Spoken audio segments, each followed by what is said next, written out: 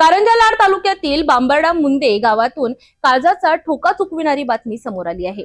रात्री निसर्गाचं एक भयानक रूप या गावाने अनुभवलं। रात्री 9च्या सुमारास आलेल्या वादळी पावसाने संपूर्ण गावाला झोडपून काढलं असून अनेक घरांची छपरे हवेत उडून गेली आहेत। बांबर्डा मुंदे गावात काल रात्री 9 ते 10 च्या वेळेत जणू आभाळच फाटलं। अचानक वातावरणात बदल झाला आणि इतक्या जोरात वारा सुटला की घराबाहेर उभं राहणं ही अशक्य झालं होतं। वाराचा वेग इतका प्रचंड होता की घरावरील टिनाचे पत्रे कागदासारखे हवेत उडून लांबवर फेकले गेले। केवळ पत्रेच नाही तर घरातील छताला असलेले पंखेही या वादळात निळखून पडले।